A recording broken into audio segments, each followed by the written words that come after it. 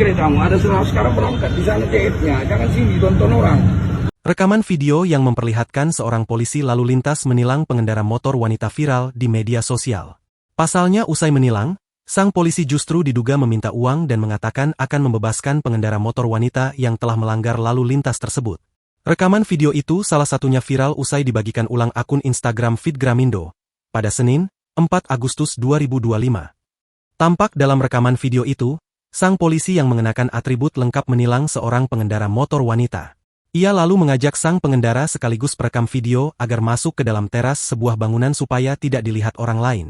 Yang bikin heboh, usai menilang sang pengendara, oknum polisi itu terdengar berkata, "Ada 100, sekarang berangkat. Sekarang kau kubantu, ada yang nanya jangan jawab," kata sang polisi. Ucapan sang polisi sontak langsung memicu komentar negatif dari warganet. Bahkan beberapa warganet turut mentag akun media sosial polisi. Hingga kini belum diketahui kapan dan di mana kejadian itu. Sosok dari sang polisi pun juga belum diketahui. Namun berdasarkan komentar dari warganet di unggahan video tersebut, diduga peristiwa ini terjadi di Sumatera Utara.